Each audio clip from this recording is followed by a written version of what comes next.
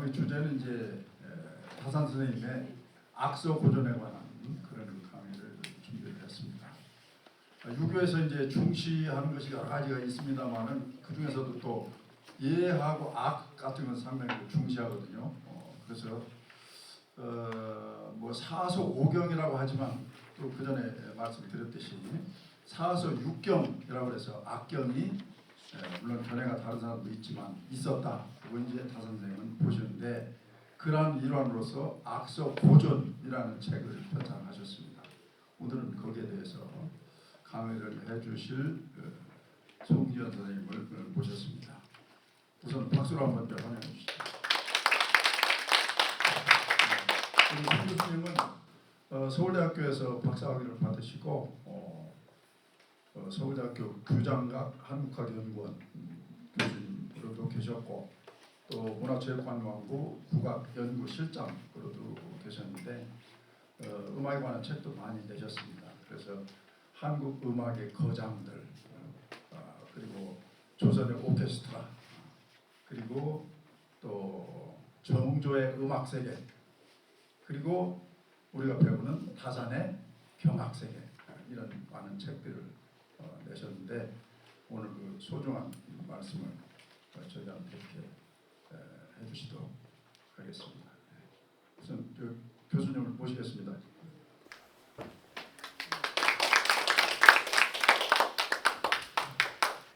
네, 반갑습니다. 그 다산에 관한 공부를 지금 이미 많이 하신 것 같아요, 그죠? 앞에 시간에 지금 중간쯤 되는 것 같은데 지금 말씀하셨지만 다산의 음악 악학은 사서 육경의 하나예요. 하나로 인식을 했어요, 다산이. 그래서 다산이 지금 지은 이 악서고전이라는 책은 사실은 굉장히 어려워요. 그래서 다산을 연구하는 사람들 중에 특히 음악을 연구하는 사람들이 악서고전을 제대로 연구한 사람 많지는 않습니다. 그리고 많이 연구될 내용이 있지만 좀 더 앞으로 더 많이 해야 되는 분야다라는 말씀을 드릴 수가 있고 이게 지금 책 제목이 악서고전이죠. 외로울 고자 있을 존자잖아요. 외롭게 존재하는 악서가 왜 외로울까? 뭐 그런 생각을 좀 해볼 필요가 있어요. 제목이 왜 이렇게 지어졌을까? 다산이 이 책을 지은 그 여러 가지 배경을 보면 예로부터 전해지는 수많은 악학 이론이 있거든요. 역사적으로 정말 많은 악학 이론이 있는데 다산이 보기에 그런 악학 이론이 제대로 되지 않았다. 오히려 수많은 주석을 내고 설명한 것이 잘못된 것이 많다. 그래서 다시 그 주석 같은 거 필요 없고 주석 싹 없애고 원본 그 원래 대문만 보고 그걸 가지고 직접 다시 해석해야 되는 거 아니냐 이제는. 그래서 이 악서고전 책에도 다양한 내용을 전개시키면서 기존의 악서에 있는 내용을 상당히 많이 부정을 합니다. 그리고 모든 것을 다산 방식으로 다시 해야 한다고 주장을 하고 그래서 실제로 그 내용을 펼쳐놓은 걸 보면 굉장히 독특한 방식으로 다산만의 방식으로 해결하고 해석한 내용들이 많아요. 그리고 그렇게 다산만의 방식으로 주장을 하기 위해서 기존의 자료들을 어떻게 바라보아야 하는지에 대한 문제의식을 굉장히 강하게 갖고 계셔요. 그래서 이 책이 쉬울 수는 없습니다. 왜 쉽지 않느냐면 말씀드린 대로 기존의 것이 뭐가 잘못됐느냐 얘는 이래서 잘못됐고 저는 저래서 잘못돼서 다시 조사를 해보고 뭐라고 했길래 잘못된 걸로 결론이 나왔나 이런 것들을 하나하나 체크를 하고 있습니다. 그래서 악서고전을 이제 하기 전에 제가 이제 다산에 대한 태어나서 어떻게 학문 세계가 펼쳐졌는지를 짤막하게 이렇게 요약본처럼 정리를 했는데요. 내용을 다 아시는 내용이지만 그래도 잠깐만 말씀을 드릴게요. 1762년에 태어나셨고요. 9살 때 어머니가 타하게 하셨고 첫째 딸 닷새 만에 사망을 했고 혼인을 했는데 그다음에 정조와 처음 만난 해가 22살 때 일입니다. 그리고 이때 장남이 출생을 하고 그리고 이제 서학을 접해요. 1784년에 다산과 서학의 관계에도 연구자들이 많은 연구를 했어요, 사실은. 그래서 다산이 서학에 몰입했느냐, 아니면 그냥 학문으로만 인정했느냐, 아니면 신자였냐 아니냐, 이런 것들 아직도 논란 중에 있는데, 그래서 사실은 다산과 서학은 사실 어떻게 보시면 되냐면 새로운 세계관을 알게 된 것, 기존에 해석하던 그런 방식의 학문 세계가 새로운 세계로 하나가 창문이 하나 더 열린 것이다, 이렇게 볼 수가 있죠. 그래서 서학을 접한 이후로 다산이 똑같은 학문의 내용을 보더라도 다른 방식으로 보려는 그런 태도들이 굉장히 많이 생겨요. 그러니까 어떤 세계관의 충돌이지만 그 내용상으로는 많은 것을 더 이야기할 수 있는 역량이 생겼다라고 하는 그런 생각이 들어요. 그래서 이게 20대 때에 그 서학 이야기를 접했다는 것도 한번 기억을 하시는 게 좋을 것 같고요. 그 다음에 이제 뭐 잠깐 유배되고 해배되는 그런 과정이 좀 있었고, 이 규장각의 초계 문신이었잖아요. 이 다산이 정조하고 학문적인 논의를 굉장히 많이 했어요. 그래서 초계 문신을 정조 임금은 거의 제자들처럼 이렇게 중요한 학문 주제를 던지면 그 초계문신들이 그 주제에 대해서 공부해가지고 다시 만나서 토론하고 하는 방식을 굉장히 많이 취했는데, 그 중에 다산하고 토론한 내용 중에 시경강이라는 책이 있습니다. 800여 조문을 정조에게 올리고 토론하고 하는 내용이 시경강이라는 책에 모여 있습니다. 이거는 이제 지금 저기 다산을 연구하는 팀에서 저도 이제 포함되어 있는데, 거기서 번역을 해서 책을 냈습니다. 5권으로. 그래서 혹시 이제 다산하고 정조하고 시경과 관련된 내용에서 무슨 질문을 했고 무슨 대답이 오고 갔나 아시고 싶은 분은 이 시경 강의 번역본 보셔도 괜찮습니다. 아주 상세하게 번역을 해놔서. 31살 때 부친이 돌아가셨고 또 암행어사로 나가기도 했고요. 그 다음에 이제 36살 때 상수에서 자기가 사설에 빠져 있었다, 그러니 채임을 청했다. 그런데 수락되지 않았어요. 결국은 신유박해 때 유배가 돼서 이제 이 40세 이후는 결국은 그 유배 시절이고 완전히 지필에 몰두하는 시기가 되죠. 그래서 다산의 중요한 저술은 거의 유배 시절에 나왔다라고 봐도 될 정도로. 그런데 이 저술하는 과정의 순서를 보면요, 사실은 이 55대 악서고전 12권이 나오는데요, 이분의 표현에 의하면 육경사서의 경학저술을 마무리하는 단계라고 하는 표현을 써요. 그러니까 아까 지금 사서 3경이 아니라 사서 6경이라고 했을 때 6경의 하나가 악경이 되는 거죠. 사서는 논어맹자 대학중형, 3경은 시경서경, 역경, 그리고 얘기춘추인데 거기에 악경이 포함된다. 근데 이 6경의 그 악경이라는 개념은 사실은 악경이 원래 있었다, 원래부터 없었다, 두 가지 해석하는 학자들이 있어요. 역사적으로 계속 그래왔어요. 그래서 악경이 없다는 사람은 시경이 악경이다 이렇게 얘기를 하고, 악경의 존재 자체를 부정하는 사람도 있고 원래 있었다라고 하는 그런 두 가지 설이 제시되어 있는 상황인데, 다산의 경우는 그 악경이 있었는데 자기의 악서고전이 이거는 악경이다라고 선언하는 그런 의미가 있는 책이에요. 그래서 악서고전이라는 책은 상당히 비중 있는 경학서로 다산이 여기고 있었다라는 걸 알 수가 있습니다. 그래서 여기 그 저술의 순서를 이렇게 보면 그 경세서를 먼저 하고 경학서를 마지막에 하거든요. 그래서 그런 과정도 다산이 경학을 어떻게 인식했는지를 알 수 있는 내용이기도 합니다. 그래서 이렇게 좀 짤막하게 정리를 해보고, 이 악경이란 저술, 그러니까 악서고전이란 저술이 다산 학문 세계에서 어떤 의미가 있는 건지, 어떤 위치를 차지하고 있는지 그런 말씀을 이렇게 짤막하게 드렸습니다.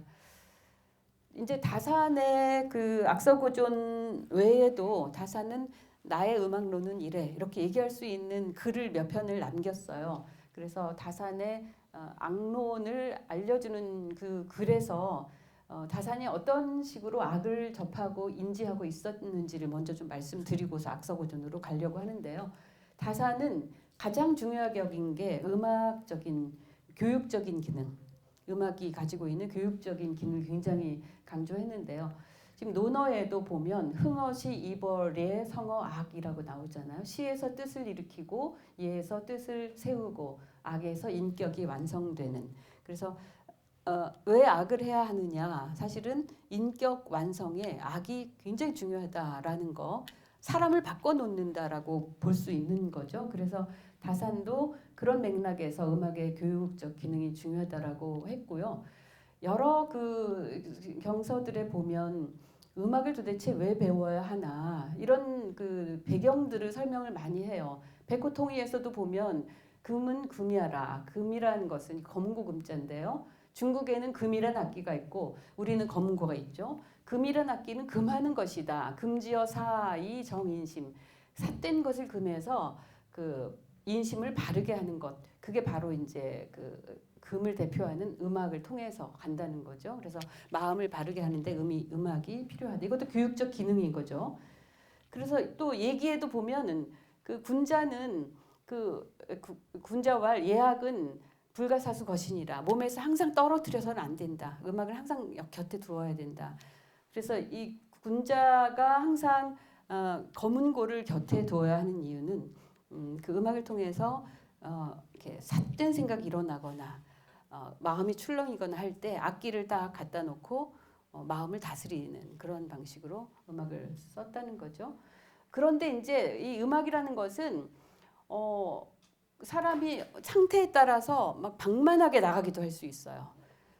그 예를 들면 이제 음악 하드락겔이나 이런 음악들을 보면 굉장히 시끄럽고 요즘 많잖아요. 그런 음악들. 그러니까 음악이 어떤 조건을 갖춰야 되느냐에 대한 경계는 항상 했어요. 음악이 지나쳐도 안 되고 너무나 번잡스럽거나 음란해도 안 되고 항상 성정에 함양하는 데 도움이 되는 방식의 정도여야 된다라고 해서 즐거움을 형용하는 것의 조건을 항상 제정해 놓는 것이 필요하다라고 하는 그런 내용이 이제 음악 그 교육 과정하고 필요한 그런 내용으로 이야기가 되고 있습니다. 공자도 보면 음악을 배우는 사례들이 여기 기록에 나오는데요. 공자가 금을 배우는 과정에 대한 이야기가 공자세가에 나옵니다. 사기 공자세가에 나오는데 이 부분을 제가 인용해 온 이유가 이제 공자가 음악을 어떤 과정으로 이해를 했는지를 알 수가 있는데요. 열흘 동안 진도가 나아가지 않았는데 스승이 이제 가히 진의라 더 진도가 나아가도 되겠다 하니까 공자 배우는 학생이 이미 그 곡을 익혔는데 아직 그 수를 익히지 못했습니다. 아직 좀 더 배워야 되겠습니다. 이렇게 대답을 한단 말이죠. 또 일정 단계가 돼가지고 스승이 이제 수를 익혔으니까 더 진도가 나가도 되겠어 하니까 공자는 아직 그 뜻을 알지 못하겠습니다. 그 다음에 또 그 뜻을 알았으니까 이제 더 나아가도 된다 했는데 제자 공자는 아직 그 사람을 알지 못합니다. 근데 음악이라는 것은 그 인격을 담은 건데 본인이 이 기술적인 거 그냥 뜻 정도까지는 했는데 사람을 아직 모르기 때문에 나는 공부를 더 해야 된다. 이렇게 인식을 한 거죠. 음악을 어떤 식으로 인식했는지를 알려주는 그런 내용인데요. 그래서 이런 그 음악에 대해서 음악이 이렇게 중요한 거구나라는 거를 알려주는 여러 문헌들의 내용을 보면 상서의 순전에도 나오죠. 순임금이 기희한테 명을 해요. 기야 명여 전학하노니 교주자하라. 너를 전학으로 임명할 테니까 귀족의 맞자제들을 가르쳐라. 이렇게 이제 그 명을 하거든요. 그래서 그건 무슨 얘기냐면 전학에게 음악을 관장하는 사람한테 그 경대부의 적자를 가르치도록 하는 것은 음악을 교육의 핵심으로 놓아야 된다. 왜 음악이 핵심이어야 되냐면 음악이 인격을 함양하는 최종 단계에 있기 때문에 그런 식으로 고대 교육에서는 그런 교육이 이루어져 왔습니다. 그래서 그런 사례를 제가 이런 책에서 가지고 왔고요. 줄의 대사에도 그 음악을 가르치는 것이 굉장히 중요하다고 하는 내용들, 나라의 자제들을 도와 덕이 있는 자에게 가르치도록 하고 악무를 가르치는 그런 내용들이 쭉 나와 있습니다.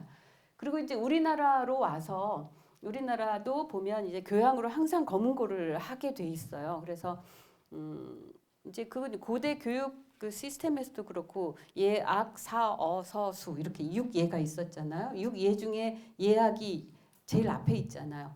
그래서 그런 개념이 이제 우리 그 문인들 교육에도 그대로 적용이 되는데 예악을 가르칠 때 예악의 경우에는 이제 전부 검은고라고 했단 말이죠. 검은고를 했는데 검은고를 가르칠 때에도 검은고를 그냥 기계로 가르치는 것이 아니라 돌을 싣는 도구로 인식을 했어요. 그래서 검은고를 연주할 때 하면 안 되는 조건들, 그다음에 연주에도 좋은 조건들을 이렇게 다 제시를 해놨어요. 그래서 질풍우 불탄이라 아주 심한 비바람이 불 때는 연주하면 안 된다. 왜 그렇겠어요? 이런 경우는 음악이 거칠어져요. 같이 거칠어지는 거. 날씨가 막 천둥치고 벼락치고 뭐 이러는데 음악을 고요하게 하기는 어렵거든요. 그러니까 하지 않는 거고. 그다음에 티클 진자거든요. 진중불탄. 이거는 판본에 따라서 시전 전자로 거의 글자가 비슷하게 생겼어요. 전중불탄이라고 써 있는 자료도 있어요. 이건 티클진. 이거는 이제 시장 같은 그런 시끄러운 곳에서 연주하지 않는다. 대속자 불탄이라 속자를 대하면서 연주하지 않는다. 제대로 앉지 않으면 연주하지 않는다. 불의관 불탄이라. 의관을 제대로 갖추어서 연주해야 된다는 뜻이죠. 그래서 악기를 그냥 함부로 접하고 대하지 말라는 의미로 오불탄의 조건들이 있고요. 오능이라고 해서 연주할 때는 항상 어떤 자세를 취해야 한다라는 얘기인데요. 앉은 자세는 가능하면 편안하도록 해야 하고 시선은 오로지 해야 된다. 연주하면서 이쪽 저쪽. 여러분이 공연장 가보시면 연주자들이 연주하면서 누가 왔나 이렇게 눈초리 하면 그건 연주 잘 못하는 연주예요. 그러니까 오롯이 이렇게 시선을 하고 뜻도 한가롭게 가지도록 해야 되고 정신도 신선하게 맑게 가지도록 해야 되고 수법은 견고하게 흔들리지 않게 가져야 된다. 이런 것들을 통해서 그 검은고를 대하는 사람의 그 태도를 얘기를 하고 있는데 이런 것들은 사실은 음악이라는 것이 그냥 기회를 익히기 위한 것을 뛰어넘는 것이기 때문에 이런 이야기들이 나오는 거죠. 예기악기에서도 그런 얘기를 합니다. 그 음이란 뭐냐, 악이란 뭐고, 그래서 이걸 설명 이렇게 합니다. 음이란 인심에서 생겨나는 것이고 악은 윤리와 통한다. 그러므로 성은 알지만 음을 알지 못하는 사람은 금수다. 성은 이게 사실 음악적 질서가 없는 소리예요. 그냥 소리가 나는구나. 그 정도 아는 사람 거는 이제 짐승 정도 금수이고 음은 알지만 악을 알지 못하는 사람은 무사람들 보통 사람들이다. 그런데 군자만이 능히 악을 안다. 이렇게. 그래서 성을 살펴서 음을 알고 음을 살펴서 악을 알고 악을 살펴서 정치를 알게 되면 잘 다스려진 세상을 갖추어낼 수 있다. 이런 까닭에 성을 알지 못하는 자와는 음을 말할 수 없고 음을 알지 못하는 자와는 악을 말할 수 없다. 악을 알면 예에 가까워진다. 예와 악을 모두 터득한 것을 일러 덕이 있다라고 하니 덕이란 터득했다는 것이다. 음악을 통해서 또 하나의 출구를 찾는 거예요. 덕이 있는 사람으로 가는 그 지름길이 음악을 통해서 열린다는 그런 의미로 해석할 수가 있겠죠. 원문을 한번 그냥 이렇게 소개해드렸고요. 아까 이제 그 잘 다스려진 세상, 치세의 음에 대한 조건 지금 여기 그 제시가 되어 있는데 다산의 악론에도 이런 기반이 그대로 나옵니다. 잘 다스려진 세상의 편안하고 즐겁다. 정치가 화평하기 때문이고 어지러운 세상의 음은 원망에 차 있고 노기를 띠고 있다. 정치가 잘못되어 있기 때문이고 망국의 음은 슬프고 시름겹다. 백성들이 곤궁하기 때문이다. 성음의 도는 정치와 통한다. 이런 식의 맥락이 다산의 그 악론에도 그대로 반영이 되어 있습니다. 그래서 이제 서론이 좀 긴 편이에요. 다산의 악론을 말씀드리기 위한 서론인데 악기에도 보면 예와 악과 형과 정에 대한 그 개념을 굉장히 중요한 걸로 이야기를 하는데요. 이 네 가지가 다 필요한데 사실 형정은 예악이 제대로 갖춰지면 이거 필요 없는 거라고 보거든요. 예악이 잘 펼쳐지지 않았을 때 형이 필요하게 되고 정이 필요하게 된 거 이런 식으로 얘기를 하는 거라서 예악이 형정에 대한 근본을 이루는 것이다. 왕도를 갖추기 위한 필수 요건이 바로 예악이다라고 하는데 예로서 그 뜻을 인도하고 악으로서 그 소리를 조화롭게 만들고 정으로서 그 행동을 하나로 만들고 형벌로서 그 간사함을 방어하나니 예와 악과 형과 정은 그 궁극은 하나이다. 소위 동민심, 민심을 하나로 하여서 출치도 잘 다스려지는 세상을 만들어내는 것이다. 왜 예악을 해야 하는가, 예와 악을 제대로 해야 하는가에 대한 중요한 그 화두가 얘기 악기에 이미 제시가 되어 있습니다. 논어에서도 그래요. 아까 처음에 말씀드렸지만 결국은 인격은 악에 의해서 완성이 된다라는 그런 내용이 이 논어에서도 나옵니다.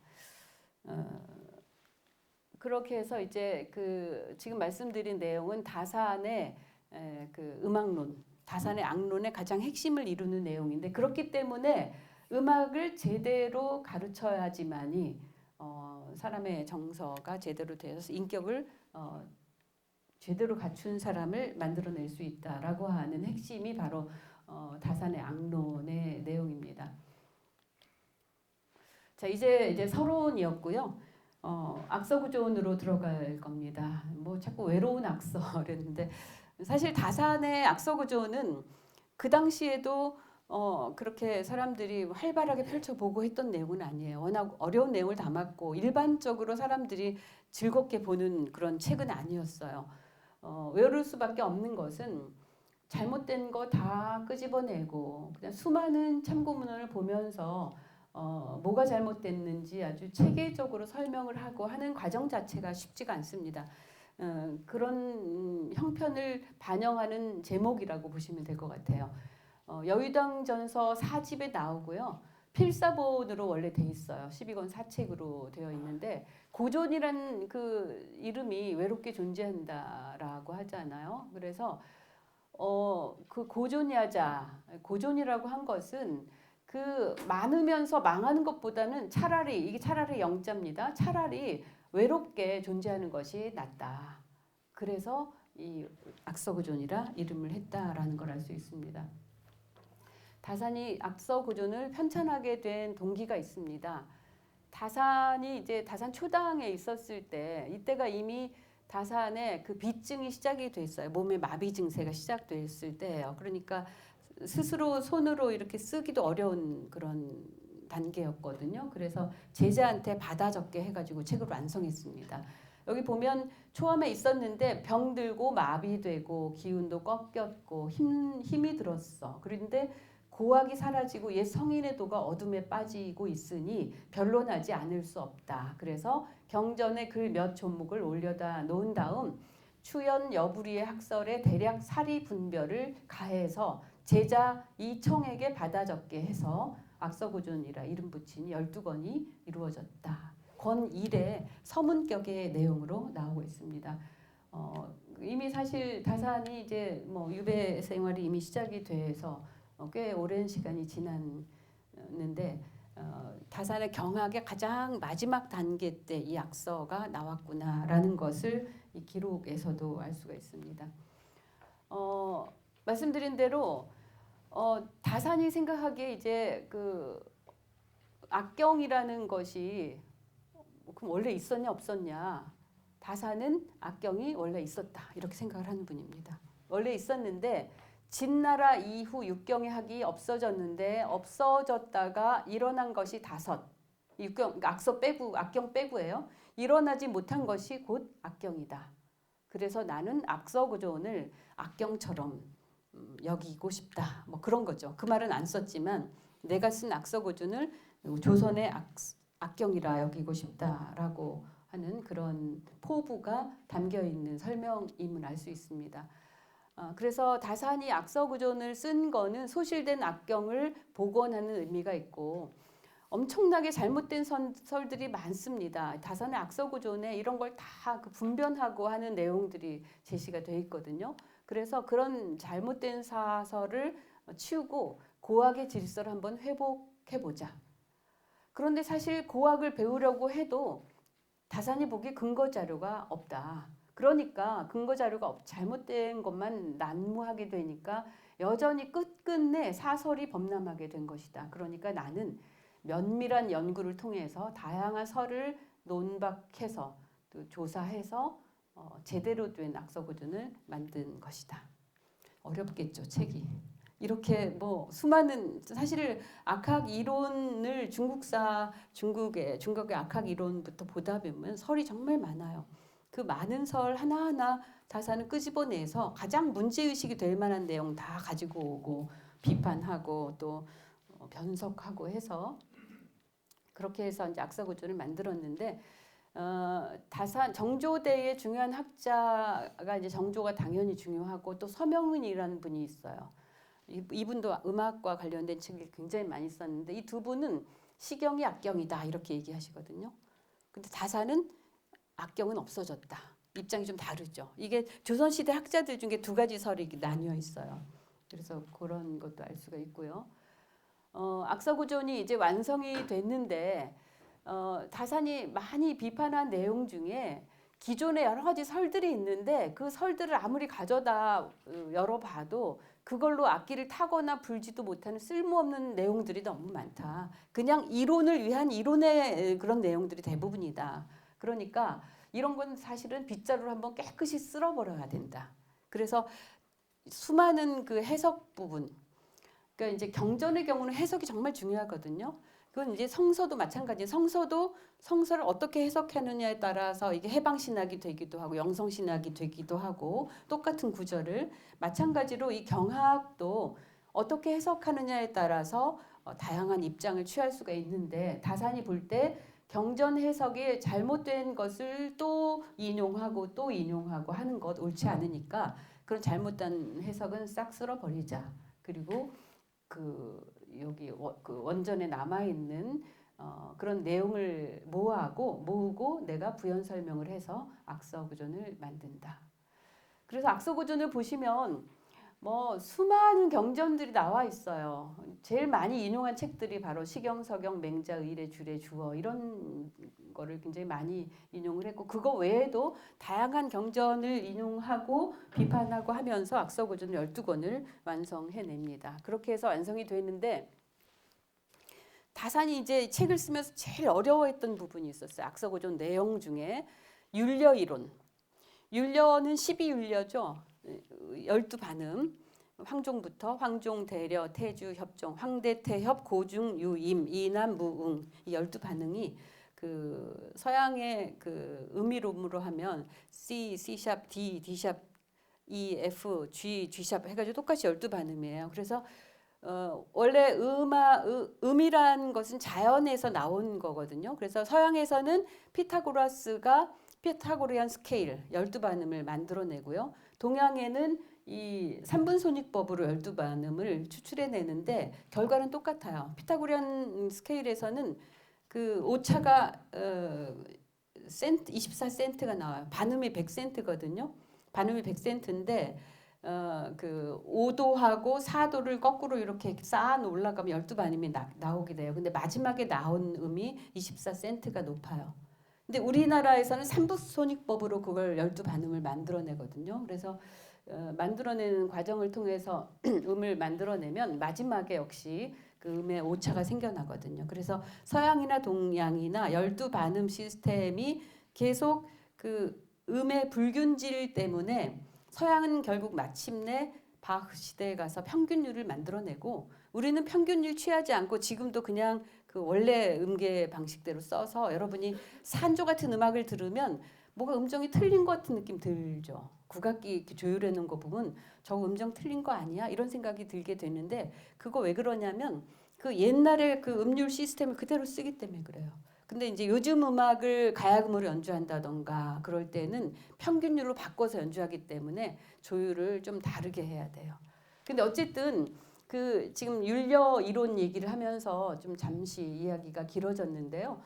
12율려를 산출하는 방법인 3분 손익법을 이해를 하는데 이 지금 기존의 사람들이 하고 있는 3분 손익법이 아닌 다른 방식으로 12율려를 만들어내야 된다라고 형님하고 계속 서신을 주고받아요. 형님이 당시에 그 역시 그 저기 어디죠? 그 흑산도 입에가 있잖아요. 근데 이 악서고전을 쓰는데 율려 이론이 당신이 생각하기에 이거 기존의 삼분손익법 갖고 해결이 안 된다. 이거 어떻게 해야 되느냐 하는 과정에서 편지를 계속 주고받으면서 어떻게 만들어내냐면 3기6평이라고 해서 3과 2라는 그러니까 음과 양의 숫자를 가지고 12반음을 만들어내는 방식을 제시합니다. 그래서 이론적으로 굉장히 아주 그 이론 우리 자료에도 설명을 해놨습니다. 좀 어려워 보이지만요. 그 나중에 한번 보시면 좋을 것 같아요. 이론적으로 볼 때 굉장히 잘 맞아 떨어져요. 그런데 사실은 다산이 제시한 이 설이 지금 12반음 시스템하고는 달라요. 그래서 지금 12반음의 높이하고 다 달라지기 때문에 실제 이걸로 조율해가지고 연주하기는 어렵습니다. 그렇지만 이론적으로는 굉장히 맞는 이론을 제시해놔서 여러분이 나중에 이 부분은 좀 관심을 가져도 좋을 것 같아요. 그래서 율려 이론이 가장 핵심적이었기 때문에 먼저 말씀을 드렸고 또 하나는 이 책을 어떤 식으로 서술을 했느냐 이제 그걸 좀 말씀드리려고 해요. 이거는 지금 이 방식은 지금 우리 학생들 논술하잖아요. 논술하는 방식하고 똑같아요. 예를 들면 우리가 논술을 하면 주제를 받잖아요. 주제를 가지고 논해야 되잖아요. 논할 때 사례를 들고 비판을 하고 또 분변을 하고 변석을 하고 또 고증을 하고 잘못된 거 따져내고 이렇게 하잖아요. 그게 바로 이제 악서고전 서술하는 5가지 방식이 나요. 논 뭐뭐뭐, 그다음에 변 뭐뭐뭐 이렇게 그다음에 사정, 논변 박사정 이렇게 5가지 방식으로 악서고전의 전체 내용을 쭉 써내려갑니다. 논이라는 것은 어떤 설에 대한 논증인데요. 경전에 나오는 악학 관련 내용 중 논증이 필요한 내용을 다 끄집어내서 나는 이렇게 생각한다. 용안, 용이 바로 정약용입니다. 나는 이렇게 생각해 라고 하는 내용을 논 뭐뭐뭐 해서 11항목을 썼고요. 그 다음에 변이라는 것은 기존의 설이 제시되어 있는데 이건 너무 잘못되어 있어서 내가 분변해서 밝혀야 되겠다라고 하는 내용이 24항목이 나와 있습니다. 그리고 박은 우리가 논박한다 혹은 반박한다라고 하는 말 쓰잖아요. 잘못된 이론을 반박하는 내용입니다. 이거는 이제 그 13항목이 나와요. 근데 그 당시에 청대 중요한 학자 중에 모기령이라는 학자가 있어요. 모기령이라는 학자가 저도 이제 모기령에 대한 그 글을 많이 읽어보는데 한마디로 굉장히 참신한 경전 해석을 하는 사람이에요. 기존의 사람들이 그냥 못 보았던 것을 새롭게 보는 그런 아이디어를 많이 제시한 학자가 모기령인데 정조임금도 그렇고 다산도 그렇고 이 모기령의 이론을 굉장히 많이 반박을 해요. 근데 제가 볼 때 모기령 이론이 참신한 게 많아요. 그래서 이거는 좀 비교해 볼 필요가 있는 내용이긴 하지만 그래도 잘못된 이론을 반박하는 게 13항목이 나오고요. 그 다음에 이제 조사한다 할 때 사자인데요. 제대로 된 이론을 제시하기 위해서 여러 경전을 통해서 악학 이론을 조사하고 심사한 것이 15항목이에요. 이제 한 항목이 몇 페이지에 걸쳐서 길게 서술이 되는 것도 있고 짤막하게 몇 마디만 한 것도 있고 그렇거든요. 그래서 이렇게 사라는 것도 뭐가 제대로 된 이론이냐라는 것을 이야기하기 위해서는 여러 경전에 나와 있는 내용들을 다 끌어와야 되잖아요. 그래서 그런 방식으로 사라는 부분을 얘기를 했고 교정할 때 정자인데요.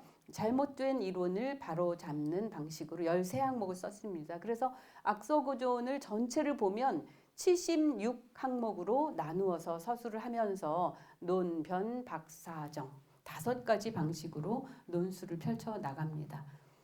근데 이 중에 이제 제일 많이 이야기가 되는 것이 율려 이론이 많아서 율려 이론에 대한 것은 다산이 형님하고 거의 다산이 보기에 자기가 옳다라고 생각하면서 풀어나간 내용을 알 수가 있습니다. 그래서 이제 한번 이 다산이 어떤 서술 방식을 취했나를 전 좀 열심히 들여다봤는데 왜 이렇게 방법론 그러니까 기술 방식이죠. 그러니까 서술 방식을 이렇게 많이 고민을 했을까? 이 논사 박고정은 다른 그 경학서에도 이게 나와요. 이 악학을 얘기할 때도 이렇게 5가지 방법이 나오지만 주역이라든지 뭐 서경이라든지 그런 거를 관련 저술을 썼을 때도 그 5가지 방법을 다 갖다 쓰거든요. 근데 지금 말씀드린 5가지 방법으로 내용을 서술하게 되면 사실은 어지간한 게 다 들어와요. 뭐가 잘못됐고 뭐는 비판해야 되고 뭐는 조사를 더 해야 되고 뭐는 논의를 더 해야 되고 뭐 이런 5가지 조건들이 나오는데 그런 방식으로 자신의 입론의 근거를 찾아오게 되는 거라서 굉장히 합리적인 방법이었다라는 생각이 드는데요. 당시에 그렇다면 우리나라에 소개되어 있는 여러 악서들이 어떤 것들이 있었느냐. 가장 대표적인 게 중국의 악서로서 채원정의 율려신서가 있었고요. 진양의 악서가 있었단 말이죠. 율려신서하고 진양의 악서를 가장 많이 봤어요. 방대한 규모의 책인데요.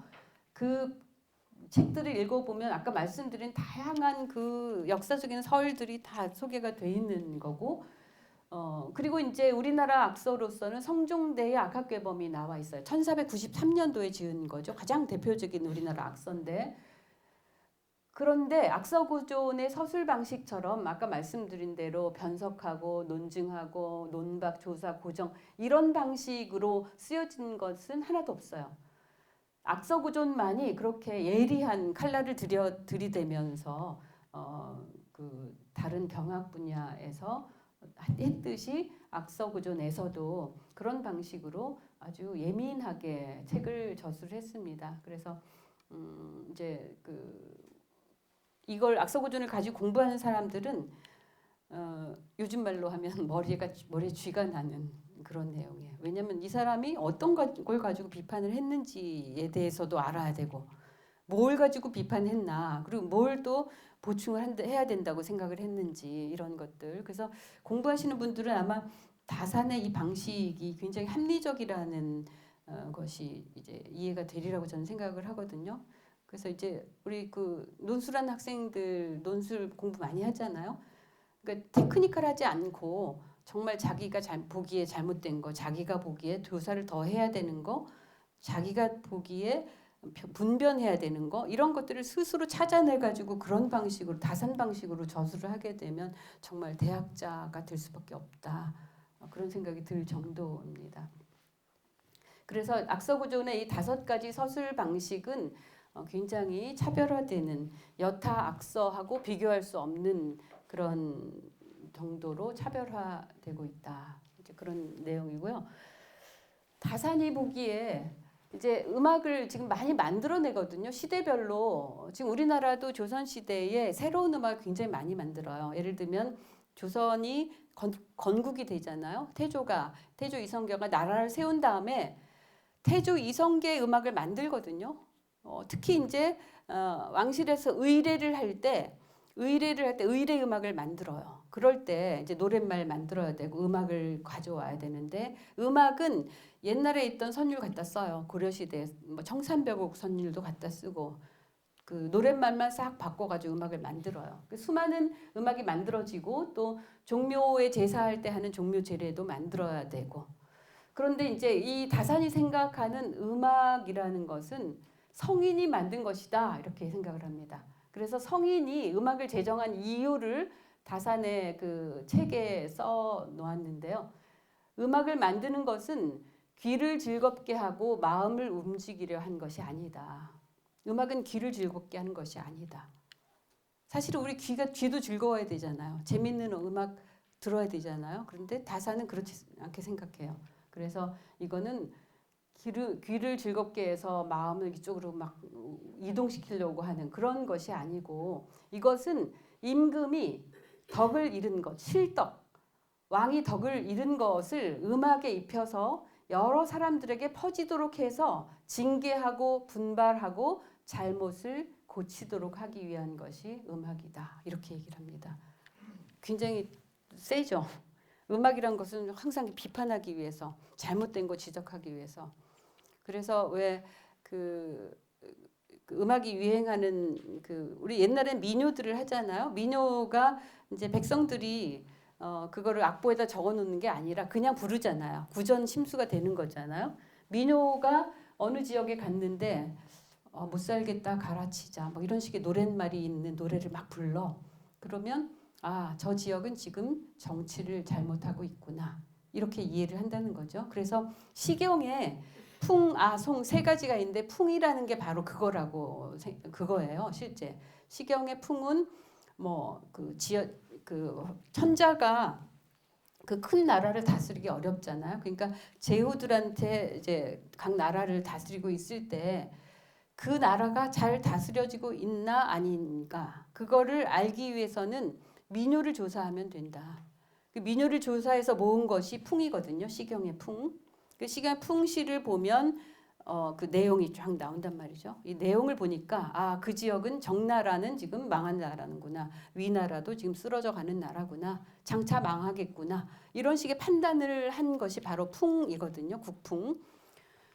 그래서 그 음악도 이제 그런 역할을 한다는 거죠. 그래서 왕이 덕을 잃은 것을 음악에 입혀서 여러 사람들에게 퍼지도록 하고 징계하고 분발하고 잘못을 고치도록 하기 위한 것이 음악이다. 이렇게 다산이 음악을 제정하는 이유를 이런 식으로 생각을 해요. 그래서 이제 역사적으로 나라가 잘 다스려졌을 때에 만들어진 음악 같은 것은 이제 인정을 하고 그리고 그런 음악들은 항상 가까이 해야 된다라는 이론으로도 이어지고 있습니다. 그래서 지금 말씀드린 다산이 바라보는 이런 해석을 좀 정리를 하면 기존 해석과 다른 경학적 의미를 밝혀놓은 게 굉장히 많고요. 또 다산만의 독창적인 경전 해석이 가능하게 하는 부분이 많았습니다. 그리고 뭐 아까도 말씀드렸지만 정말 잘못된 이론이 너무 많다. 고학이 있었던 옛 시대에는 전혀 그러지 않았다. 그러니까 그 시대가 왜 그렇게 좋은 음악들이 많이 있었느냐면 치세, 잘 다스려진 세상이었기 때문이다. 우리가 요순시대 음악 뭐 이런 거 굉장히 좋은 음악이라고 얘기하는 그 이유가 잘 다스려졌기 때문이다라는 거죠. 그러니까 이거는 결국은 다산이 살고 있는 시대는 치세가 아니다. 잘 다스려지는 시대가 아니다라는 역설을 다산의 그 여러 음악 저수를 통해서 얘기하고 있는 부분이 나옵니다. 그래서 다산의 음악과 관련된 해석을 정리한 거를 말씀을 드렸습니다. 이제 악사구존의 주요 내용을 좀 말씀드리려고 합니다. 이제 주요 내용에서 가장 많은 비중을 차지하고 있는 게 악률 이론이에요. 앞서도 잠깐 말씀을 드렸는데 여러 그 악률 이론이 제시돼 있지만 성률의 본원을 간직하고 있는 것은 고학이다. 옛 음악인데 그 질서를 다시 찾아서 선성의 도를 회복해야 된다라고 하는 내용을 특히 악률 이론에서 많이 강조하고 있습니다. 그 다음에 이제 악기의 제도에 대한 이야기라든지 의례와 음악, 악무, 악기 이런 것들을 이 악서고전에 다 담고 있습니다. 그래서 특히 이제 경전 중에는 고경, 그러니까 뭐 어떤 어떤 해석을 가하지 않은 고경에 가까운 것을 근본으로 해야 된다라고 이제 주장을 합니다. 그 성경 해석도 성경이 한 줄 있잖아요. 한 줄의 주석이 정말 많잖아요. 막 수백 명의 주석가들이 그 의미를 막 붙여내잖아요. 그 주석의 내용을 보면 뭐 그럴듯한 것도 있고 얼토당토 않은 것도 있고 그래서 왜 종교가 사이비 종교가 나오는 것이 그 경전을 어떻게 해석하느냐에 따라서 사이비가 되기도 하고 정통이 되기도 하고 그렇잖아요. 이 동양고전도 똑같습니다. 동양고전에 특히 악학의 경전의 내용을 보면 잘못된 해석들이 참 많아요. 다산은 그걸 계속 끝까지 지금 지적을 하고 있는 내용이고 그런 것들이 이제 책에 담기는 건데 제가 이제 좀 말씀드리려고 하는 것이 다산이 이 책에서 그 여기 악무 부분 있잖아요. 이 악무 부분이 굉장히 독창적인 내용이 많이 제시가 돼서 이걸 우리나라 종묘제례하고 좀 비교해가지고 아까 이제 자료 틀어드렸었는데 그 종묘제례 내용하고 다산이 주장하는 일무가 어떤 모양새인지 이 사례를 통해서 다산의 악사고전의 뭐랄까요 그 쓰임 사실은 이 다산의 악사고전을 바라보는 시선은 저건 너무 이론적이어서 실제 뭐 쓸 수 있는 게 별로 없지 않느냐 이렇게 보는 사람들도 있어요. 그래서 어렵기만 하고 비판은 많이 하는데 이거를 실제로 현장에서 쓸 수 있어. 근데 보면 이거 쓸 수 없는 내용이 너무 많아. 이런 식으로 해석하는 분들이 많거든요. 그런데 사실은 쓸 수 없는 게 아니라 하기가 어려워요. 다산이 주장하는 내용을 그대로 반영해가지고 개혁을 한다던가 그러면 실제 개혁하기 어려운 내용들이 많아요. 그러면 뭐가 어려운 건지, 다산이 얼마나 독창적인 주장을 하길래 그런 상황이 만들어지는 건지를 좀 말씀을 드리려고 합니다. 아까 앞부분에서 일무 추는 거 아까 기억 보셨죠? 여러분이 줄 서가지고 똑같은 동작으로 이렇게 뭐 도구를 들고 뭐 움직이고 거의 뭐 이동도 안 하면서 그렇게 춤을 추는 모습을 보셨을 텐데, 사실은 그 춤 내용은 왕의 공덕을 형용한 거거든요. 왕이 이러이러한 업적을 내서 뭐 칼로 찌른다든가 문을 융성했다든가 그런 거를 다 동작으로 만든 거예요. 그러니까 이제 춤이라는 것은 무엇야 하느냐. 이제 다산은 그걸 이제 본질적으로 그걸 올라가서 얘기를 해요. 춤이란 제사 지낼 때 추는 그 일무라는 것은 그 죽은 사람의 공덕을 형상화하는 것이다. 그래야 하는 것이다 원래. 그런데 우리나라의 일무는 형상화하는 것도 없이 춤만 춘다. 사람들이 다 똑같은 관을 쓰고 똑같은 봉식으로 일시에 발을 들고 일시에 펴며 일시에 몸을 돌리고 굽히니 의미도 없고 감동 느끼기가 어렵다. 아까 그 종묘제략 보셨잖아요. 어떠셨어요? 똑같이 다 움직이거든요. 지금 그런 걸 비판하는 거예요. 종묘제략을 할 때 아까 뭐 기악과 노래와 춤이 다 들어가야 되고 춤 동작도 다 들어가야 되는데, 다산이 볼 때 전부 똑같이 다 옷 입고 이렇게 일시에 발 들고 일시에 하는 그거 무슨 생동감도 없고 감동 없어, 이렇게 얘기를 한 건데, 그러니까 이제 뭐라고 주장을 하냐면요. 우리나라도 역대 왕이 있잖아. 태조가 이룬 업적하고 세종이 이룬 업적, 뭐 정조가 이룬 업적, 왕마다 다 이렇게 다르잖아요. 공덕이. 그 다산은 뭐라고 얘기하냐면 공덕이 성대한 자는 춤의 행렬이 길어야 한다. 우리 지금 예를 들면 8일무가 8864명이고 우리는 제후국이어서 6일무를 쳤거든요. 36명을 쳤거든요. 요거 잠깐 말씀을 드리면 여기 지금 일무가 제사 지내는 그 대상에 따라 천자는 8일무, 제후는 6일무, 대부는 4일무, 사는 2일무라고 되어 있어요. 천자는 8일무를 춘다. 8864명이 추는 춤이다. 우리는 제후국이었기 때문에 6일무를 추는데요. 이 6일무의 경우도 두 가지 해석이 있어요. 열은 똑같이 8열이고 일수만 6열로 해야 돼서 6848이다. 이렇게 주장하는 파 하나가 있고요. 6일무는 1과 일수와 열수가 똑같다 하고 주장하는 이 두 가지 설이 제시가 돼 있어요. 우리나라에도 두 가지 설이 있습니다. 그런데 지금 뭐 천자냐 제후냐 대부냐 사냐 따라서 이 숫자를 제정할 것이 아니라, 그것이 아니라 여기 한 것처럼 공덕이 성대한 자는 춤의 행렬이 길어야 된다. 그러니까 8일무 이상도 가능하다는 얘기예요. 그러면 뭐 이 다산의 주장을 이제 그대로 받아들인다면, 만약에 공덕이 작은 자는 춤의 행렬이 짧아야 한다. 만약에 이 원칙을 가지고 조선시대 종묘제략의 일무를 만든다. 무슨 문제가 생기겠어요? 태조의 공덕을 어떻게 크냐 작냐, 그 공덕이 얼마만한 거냐, 그 다음에 세종임금은 그러면 태조하고 비해서 어떻게 할 것이냐, 모든 왕이 다 그 평가를 할 때 되게 어려워져요. 그 공덕이 많으니까 길게 일수를 열수를 만들고 짧으니까 짧게 하고 그러면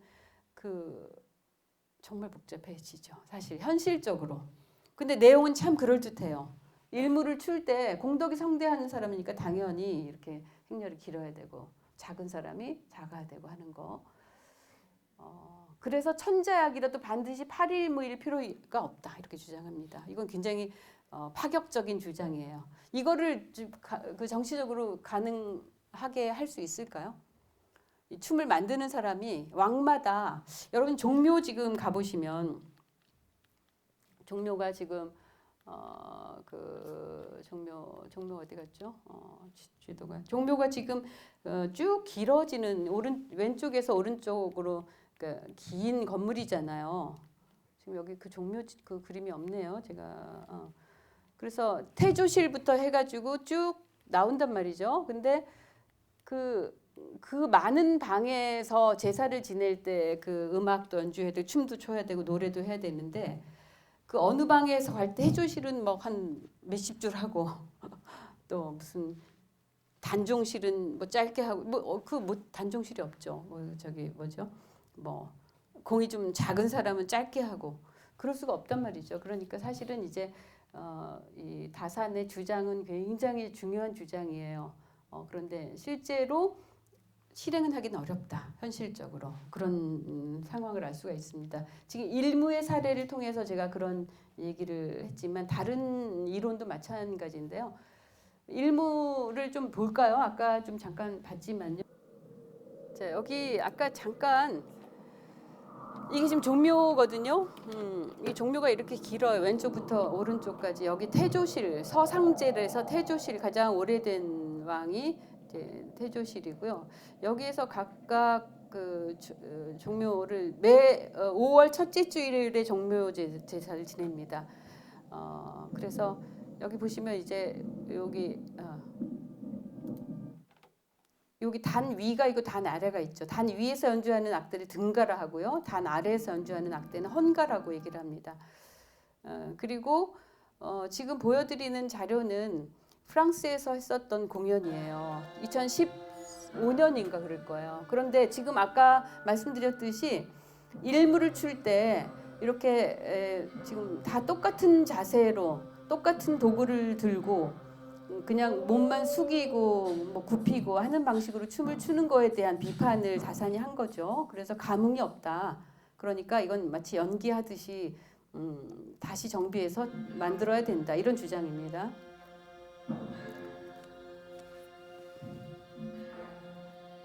지금 이제 이 춤은 지금 5명씩 5, 3, 4, 3, 4, 40, 16명이 치고 있거든요. 근데 우리나라 조선시대에는 36명이 추었어요. 6636명, 6일무를 추었기 때문에. 근데 우리가 대한제국 시기에 황제국을 선언하잖아요. 황제국을 선언하면서는 8일무를 춥니다. 88, 64명. 지금도 종묘에 가면 여러분이 64명이 추는 8일무를 볼 수 있고요. 이거는 지금 무대가 좁기 때문에 인원수를 줄여가지고 20명만 추는 그런 춤을 만날 수가 있습니다. 그러니까 이제 다산이 볼 때는 이런 인원수를 이렇게 균일하게 해서는 안 된다. 그런 내용을 일무 주장에서 얘기를 하고 있습니다.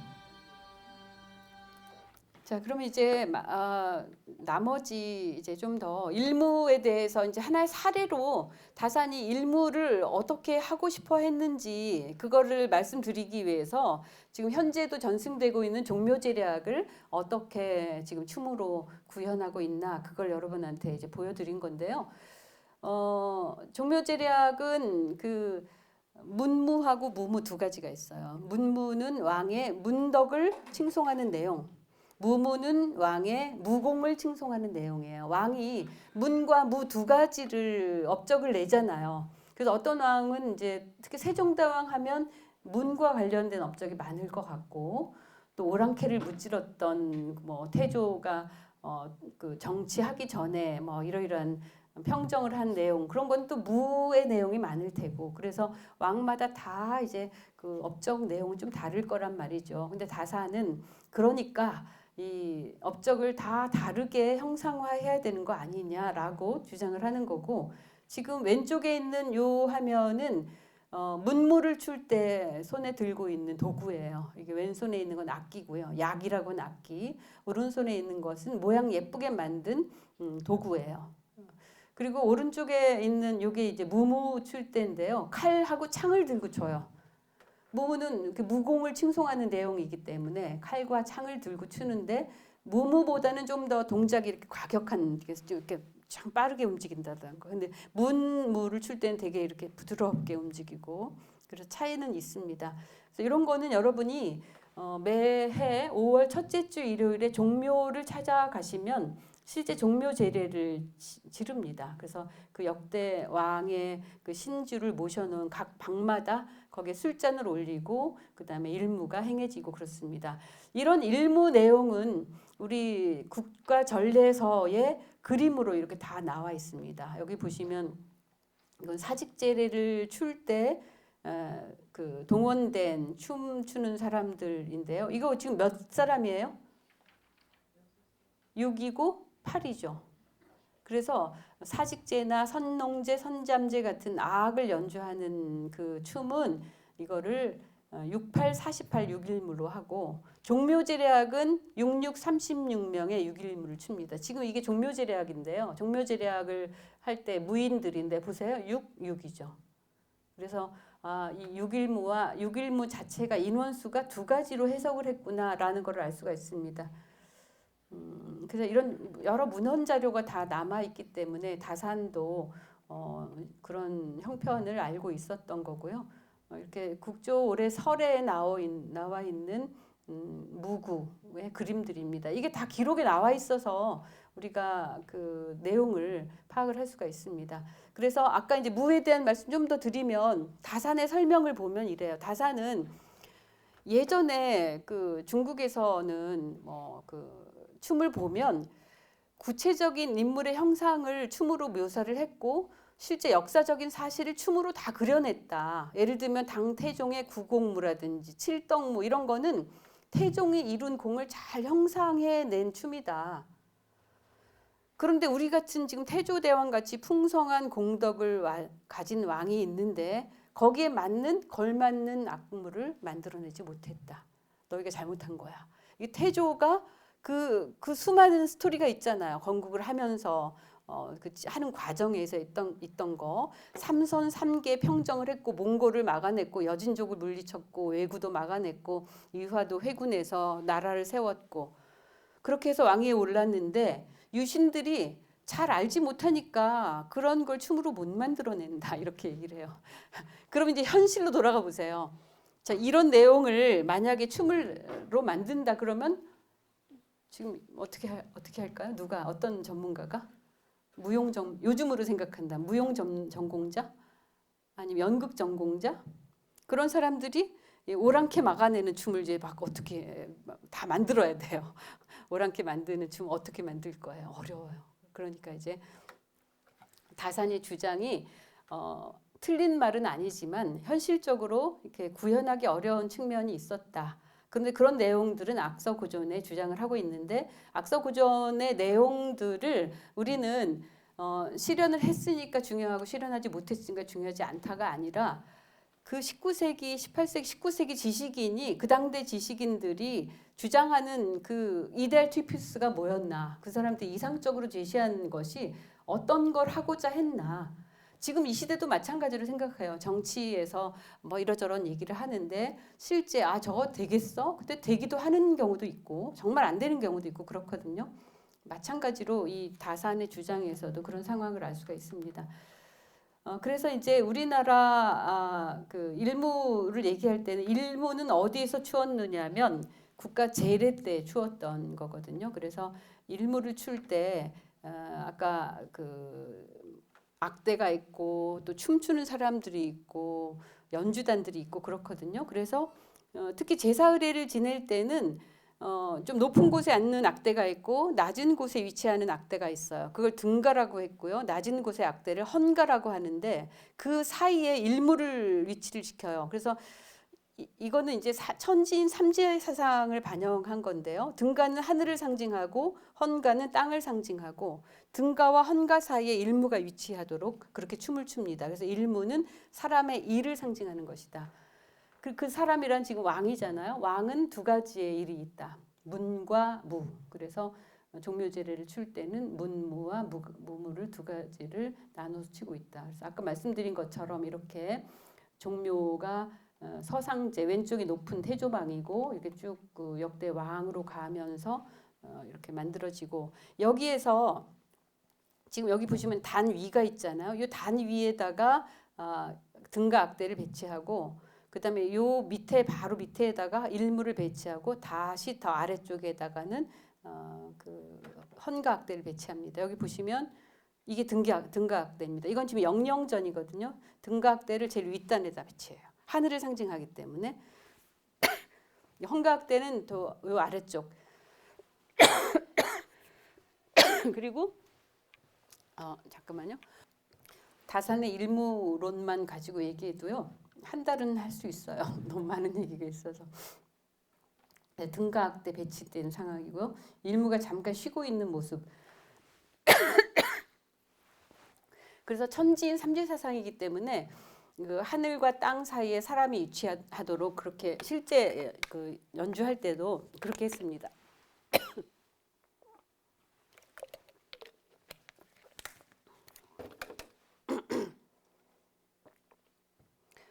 자, 그다음에 이제 다산이 주장하는 내용 중에 하나가 정말 음악은 교육에서 굉장히 중요한데 음악이 제대로 되지 않자 형벌도 무거워졌고 전쟁도 많아졌다. 그런 주장을 합니다. 음악의 효과가 굉장히 중요한데 음악이 망하니까 이제 다 나빠진 거죠. 이상하죠, 목소리? 잠깐만요. 촬영한다니까 신경 쓰이는데요. 저의 이런 목소리가 방송할 때 가끔 이래요. 많이 건조해지잖아요. 그러면 하다가 우선 음악 듣겠습니다. 그리고 음악 틀어놓고 물 마시고 그렇게 진정시켜가지고 화수목금을 생방송을 하거든요. 2시간 동안. 생방송할 때 가끔 이런 적이 있어요. 지금도 생방송인데 편집 잘 해주세요. 음악의 효과에 대한 인식. 그래서 이게 이제 악망이 형벌 중 음악이 망하니까 형벌도 무거워지고 음악이 망하니까 전쟁도 반변. 왜 그러한 것을 알 수 있는가라고 하면서 이 지금 이 부분은 한마디로 이발이 난제자 노야. 바라기는 쉬운데 제어하기 어려운 것은 바로 분노다. 우리 인간 7정 중에 희노애락 애호욕 7정 중에 가장 제어가 안 되는 것은 바로 분노. 그래서 분노 이게 우라가 생겨가지고 막 그럴 때 특히 이제 통치자의 경우 그거를 백성에게 화풀이를 한다. 근데 그렇게 누군가를 찾아서 화풀이할 대상을 찾아서 그렇게 분노하는 감정을 거기다 실으면 안 되는 거죠. 근데 다산이 볼 때 지금 그러고 있지 않느냐. 그러니까 이럴 경우에 이 지금 여기에 나오는 함영소호라고 하는 게 옛날 고악이에요. 옛날 음악이에요. 이런 그 평화로운 시대의 음악을 그런 난폭한 사람 앞에서 연주를 하게 되면 그 난폭한 사람이 달라진다는 거예요. 이게 음악의 효과라는 거죠. 그래서 그런데 음악이 다 나빠지고 다 음악들이 이상하니까 이런 역할을 해줄 음악도 지금 이 시대에 없는 거예요. 다산이 보기에 그러니까 음악이 망하니까 형벌이 무거워졌고 음악이 망하니까 전쟁도 빈번해졌다. 이렇게 이제 주장을 하는 거죠. 그래서 아까 처음에 음악의 교육적 효과에 대한 인식을 다산이 굉장히 중요하게 여겼고 좋은 음악을 항상 틀어야 되는 이유가 바로 거기서 나온다는 논거가 거기서 나옵니다. 그래서 이 예악은 잠시라도 몸에서 떠나게 하지 않으면 안 된다. 그러니까 항상 몸에 가까이 둬야 된다. 음악이 진작되지 않으면 교화를 끝내 시행할 수 없고 풍속을 변화시키지 못하고 천지 조화를 끝내 이루지 못할 것이다. 지금 이제 다산의 이런 주장을 보면 정말 음악이 중요한 거다라는 게 느껴지시죠. 음악의 역할이라는 것은 엄청난 거예요. 지금 우리가 이제 글자 몇 개로 이렇게 얘기를 하지만 실제 현실에서 음악이 제대로 살아 있으면 나라가 제대로 정치가 될 것이다라고 주장하는 거를 이렇게 많은 이야기로 얘기를 하고 있습니다. 이건 제가 번역한 건데요. 다산의 경학세계에 나와 있는 혹시 이제 관심 있는 분은 그런 자료를 좀 더 보시면 좋을 것 같습니다. 그래서 다산이 이제 음악을 어떻게 해석한 건지 아까도 잠깐 말씀을 드렸는데 좀 더 정리를 해보자면 음악이란 귀를 즐겁게 하는 것이 아니다. 마음을 움직이기 위해서 즐기기 위한 것이 아니다. 그래 왕이 잘못하고 있는 거 제대로 하도록 영향력을 미치도록 그렇게 해서 왕에게 징계하고 분발해서 잘못을 고치도록 하기 위한 것이 음악이다. 자, 그런 주장이 이제 이 핵심적인 내용이었고요.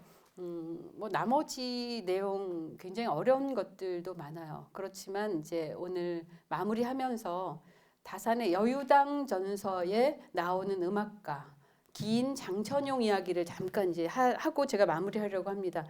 그 아까 어떤 분이 한시 하시는 분이 있었다고 그랬어요. 그래서 다산 이 장천용 전 시 쓴 거를 가져오셨더라고요. 저한테 어떤 분이 주셨어요? 뭐 한시 하신 분이 그죠? 그렇게 자료를 제공도 해주시고 감사해요. 이 사람은 이제 제가 제 책 중에 한국음악의 거장들이라는 책이 있어요. 한국음악의 거장들은 우리나라 음악가 52명을 여러 문집 자료에서 찾아내서 그 사람들을 지금 이 시대의 수준에서 이해하기 쉽도록 번역을 하고 그다음에 풀이해가지고 음악가 하나하나를 설명해 놓은 책이거든요.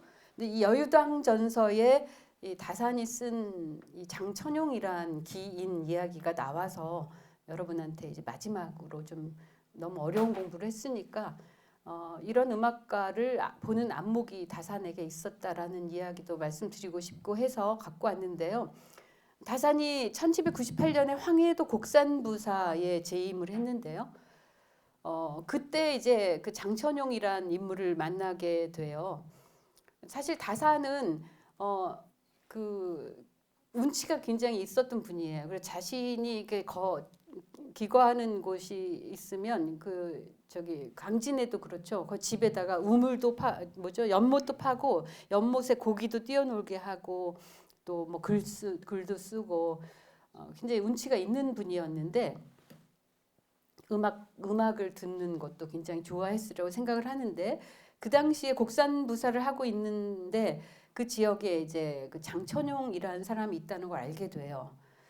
이 사람 장천용이라는 사람은 아주 예술적인 그런 천재적인 재능을 타고난 사람인데 그림도 잘 그렸고 뭐 악기도 잘 만들고 음악도 잘했고 그런데 이 사람의 특징은 누군가가 나를 알아보는 걸 너무 싫어해요. 사람들이 나를 알아보면 도망가고 알려지는 걸 싫어하는데 다산이 이제 그 사람을 알게 됐는데 어느 날 이제 불렀는데 다산한테 찾아오는데 술이 잔뜩 취해가지고 막 옷도 제대로 안 입고 술병 들고 이렇게 나타나요. 다산 앞에.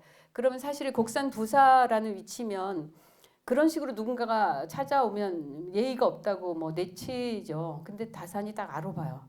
아, 저 사람은 범상한 인물이구나. 그래서 이제 오게 해요. 오게 하는데 이제 그 그림을 한번 그려봐라 이랬더니 난 술이 필요하다. 우선 술을 좀 가져와 이런 거죠. 그래서 술을 줬더니 이제 밤새도록 혼자 술 마시고 그냥 고주망태가 된 거예요. 그래서 아침에 이제 봤더니 이제 종이를 좀 주니까 그림을 쫙 일필휘주로 그냥 그림 엄청나게 잘 그리면서 그러고 갔거든요. 그런데 이제 한 번은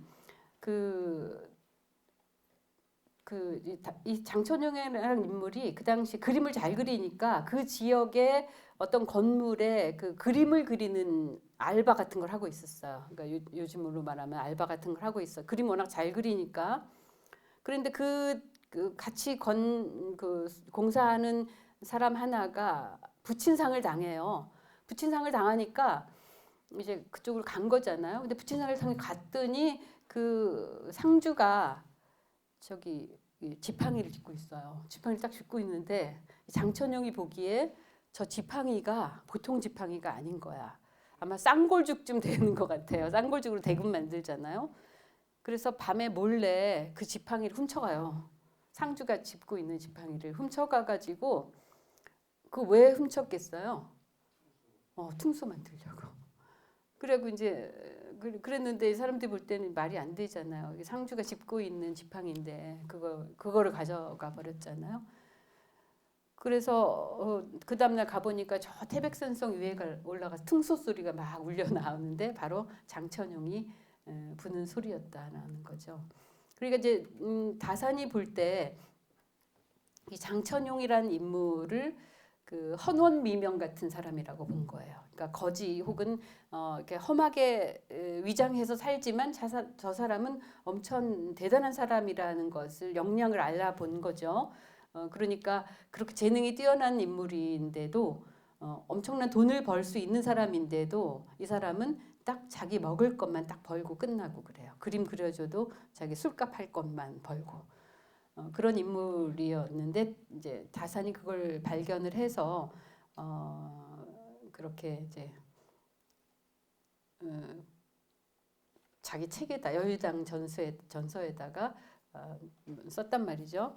그래서 그 태백산성이 그 곡산부사 할 때 그 지역이 평산군 신성리에 있었다고 그래요. 그러니까 다산에게는 인물을 알아볼 수 있는 그 역량이 있었던 분이었고 장천용이라는 사람이 비범한 사람이었기 때문에 여기 입전을 한 것이다. 근데 아까 저분이 자료를 저한테 주셨는데 저만 있는 거죠? 그죠? 네, 저만 있는 거죠. 그래서 아마 여기 그 프린트물에 있었기 때문에 해오신 것 같아요. 그래서 한번 천용자가를 한번 어느 분이셔요? 여기 계신 분이 한번 좀 낭독을 한번 해줘 보시겠어요? 지금 제가 이제 이렇게 장천용을 이렇게 소개를 잠깐 했는데 이 수강생이신 분이 직접 이렇게 자료를 찾아오셔가지고 그 시를 찾아오셨어요. 그래서 제 생각에는 기회를 드리는 게 맞는 것 같아요. 그죠? 네. 그래서 네. 죄송합니다. 박수 한번 쳐드려야 될 것 같아요. 시의 제목이 천용자가 천용자의 노래라는 거고요. 장천용의 이름이 자가 천용입니다. 그래서 천용자의 노래라고 해가지고 시를 지셨습니다. 이거 옛날에 하는 거라 좀 제대로 됐는지도 모르겠어요. 예. 한글로만 번역해서 읽어드릴게요. 천용자는 자가 천용인데 여러 사람 다투어 어리석고 둔한다고 손가락질했네. 태어난 이래 갓과 먼건 머리에 써본 적이 없고 마주한 얼굴 쑥머리털 거칠게 흩어져 싫은 게 없구나. 술은 입술 지나지 않고 뱃속으로 직접 넘어가고 달거나 시거나 묽거나 진하거나 기뻐 살피지 않았네. 물에 잠겼던 병든 머리 물에 잡혔던 벼로 만든 술이나 머리가 뻣뻣이 서 있는 보리로 만든 술이나 아무거나 가리지 않고 고양이 눈같이 맑고 국 같은 팥주 가리지 않았습니다. 왼쪽 손에 피리 하나와 오른쪽 지팡이 한결 같고 봄바람에 묘항산 36골짜기 마을 가을 달빛에 금강산 12,000 봉우리에 가야금 줄 타고 피리 울다 문득 휘파람 길게 불며 떠도는 구름과 노을에 묶으며 멈춘 발자취 없구나. 사냥길 치기 시작해서 숲에 조는 봄 찾아냈고 물길에 쿵쾅쾅 돌을 굴려 못의 용을 놀라게 하였네. 때마침 거둔 솜 가옷 길가의 거린에게 베풀어주고 바꿔 입은 낡은 옷 누더기 꿰매도 온전치 않았네. 돌아와 방에 들어가자 아내가 빗대어 욕하니 괴롭고 박박 땅을 치고 하늘에 외치며 가슴 두드렸네. 천용자는 입을 다물고 대답하지 않고 머리 숙이고 눈썹 누르고 순응하며 또한 공손하였네. 마누라한테 어지간히 구박을 당했습니다. 길에서 마침내 주먹만한 괴이한 돌 하나 주워서 게다가 전대불로 패옥인 양 앉고 즐겼습니다. 굶주린 이웃엔 이웃집으로 달려가 갓 빚어낸 막걸리 하나 둘 셋 네 잔 구걸에 마셨고 술에 취하면 크게 부르기 시작하고 격한 곡은 이치게 맞고 느린 곡은 임종에 맞다네. 이거는 나중에 설명드릴게요. 노래 끝나면 종이 찾아 붓담과 묵화 만들고 높이 산 세찬 돌 기묘한 샘 늙은 소나무 함께 그려냈다.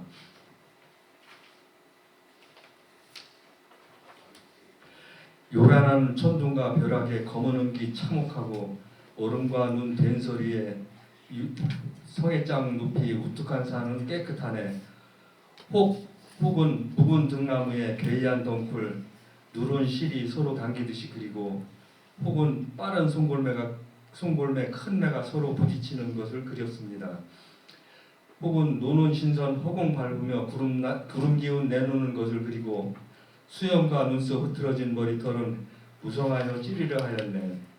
혹은 궁한중이 오똑 앉아 가려운 등 긁는 것을 그리고 상어뺨 원숭이 어깨 비뚤어진 입술 눈썹 덮은 짙은 모습 슬프게 그렸습니다.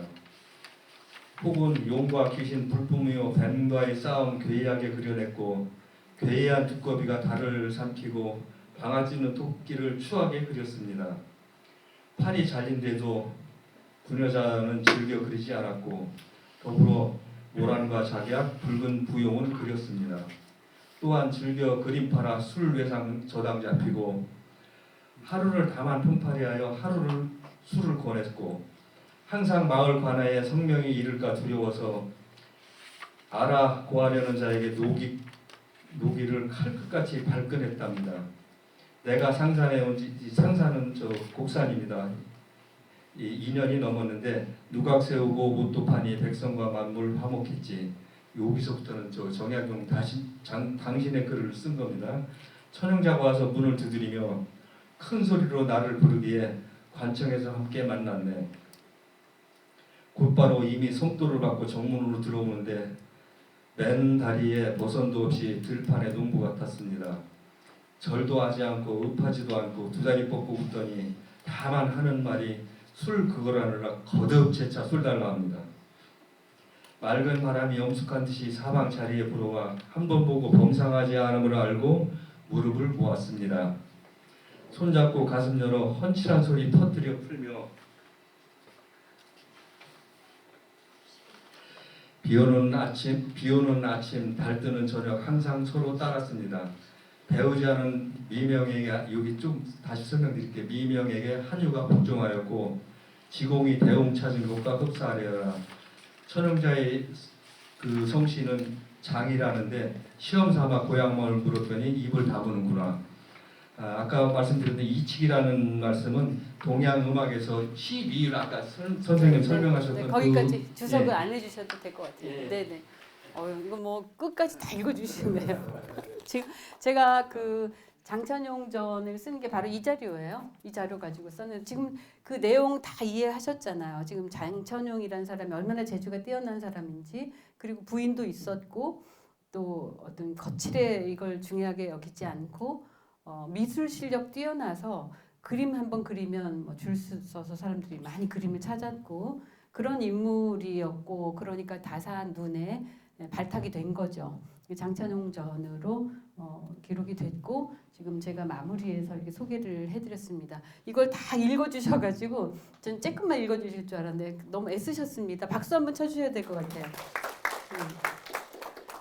그래서 이 마무리를 이제 좀 해보려고 하는데요. 다산이란 인물이 그 악서고존이라는 걸 썼지만 사실은 악서고존은 정말 전문가들의 연구책이에요. 그래서 중국 역사적으로 수많은 시간 동안 여러 학자들이 풀어낸 그 악경의 이야기, 그 수많은 이론들 이런 것들을 다 정리를 하면서 다산이 보기에 잘된 거 잘못된 거 또 교정해야 될 거 다시 쓰여져야 될 것을 하나하나 다 체크를 하고 그다음 조선시대에 맞는 그런 혹은 조선시대에 이러이러한 정도는 갖추어야 되지 않느냐 하는 이론 같은 것이 무언지 그런 것도 제시를 해놨기 때문에 우리가 19세기 지식인들이 가지고 있는 음악에 대한 인식 이것을 이해할 수 있는 자료가 바로 악서고존이다.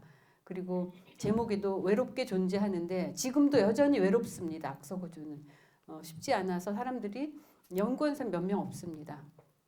저는 이제 그 규장각에서 이제 해제를 해야 돼서 자료를 소개하고 이렇게 지금 여기에서도 여러분하고 그 인연으로 항상 만나게 되는데 들어보시면 사실 내용이 쉽지 않은 걸 알 수 있을 겁니다. 왜냐하면 그걸 이해하기 위해서 전 단계의 이해가 필요한 단계가 있습니다. 근데 전 단계를 뛰어넘고서 바로 다산 거부터 이해할 때 이해하기 어려운 난점이 있지만 가능하면 쉽게 여러분이 그냥 편하게 만나보시면 좋을 것 같아요. 그리고 다산의 문제의식이 무엇이었나 과연. 그다음에 그러면 그 시대 그 19세기의 조선의 지식사회에서 음악에 대한 인식들을 어느 정도 사람들이 가지고 있었는지 이런 것도 알려주는 그런 좌표이기도 하고요. 이렇게 인간적인 사람을 하나 발굴을 해서 여유당전서 끝부분에다가 소개한 것도 참 다산답지 않았나. 다산은 참 운치가 있어요. 제가 여러분이 아마 여러 강의 다른 분들도 들으셨을 테지만 낭만이 있었던 분 같아요. 이렇게 악경, 이게 경악의 세계로 가면 굉장히 어려워지는데 어떤 문학의 세계라든지 그런 데로 가면 여유도 많고 또 낭만도 있고 사람들하고 모임 약속을 자기 규약을 하는데 중난시사에서 뭐 참외가 익을 때 만나자, 연꽃이 피었을 때 만난다 이런 규약을 만들어낸단 말이죠. 그런 거는 이제 그 정말 큰 학자이지만 역시 그런 여유가 있었기 때문에 그런 큰 학자의 위상을 갖출 수 있었겠구나 하는 마음도 듭니다. 이렇게 해서 강의는 마무리할 테고요. 여러분이 이제 궁금하신 거 있으실 텐데요. 뭐 질문하시면 좀 받겠습니다. 들으시면서 이제 이거 좀 네. 화면에 네. 용안이라고 해가지고 예. 정약용 용자 네. 저기 화면에는 용안. 게으를 용자를 그러니까 저 오타 났어. 제가 그걸 수정을 해야 되는데 이번 수정 못하고 보냈습니다. 정약용의 용자가 저 오타가 났습니다. 장천용 알때 용자. 네, 맞아요. 잘못했어요. 마음 그거. 신기해. 딱 짚어주시네요. 정약용의 용자는 저 용자가 아니에요. 금방 아시네요, 그죠? 저도 맨날 이렇게 교정을 봐도 꼭 이렇게 틀린 게 나와. 저거 교정해야지 하고 그냥 넘어갔습니다. 네. 그러니까 이제 시경강이나 이렇게 정조임금하고 그 정조임금이 제기한 문제에 대한 답안을 가지고 또 토론하고 그럴 때 정말 정조임금도 대단하시거든요. 생각이 그냥 일반 신압을 훨씬 뛰어넘어요. 근데 또 거기에 대해서 다산이 답하는 내용도 다른 초계문신보다 훨씬 월등한 그런 해석을 가하는 내용들을 만날 수가 있거든요. 그래서 이제 저는 이제 오랫동안 번역을 하면서 다산의 스케일을 그런 자료에서 많이 느끼는데 특히 이제 오늘 다룬 악학 분야의 경우는 좀 더 어려운 내용들이 많이 있어서 여러분이 그렇지만 한 번쯤 다산이 악사고전에서 어떤 고민을 어떻게 투영시켜서 쓰고자 했는지 이해하는 기회는 되셨으리라고 생각을 합니다. 네, 오늘 강의 들어주셔서 감사하고요. 또 여러분이 좋은 시간 또 가지시기 바랍니다. 고맙습니다.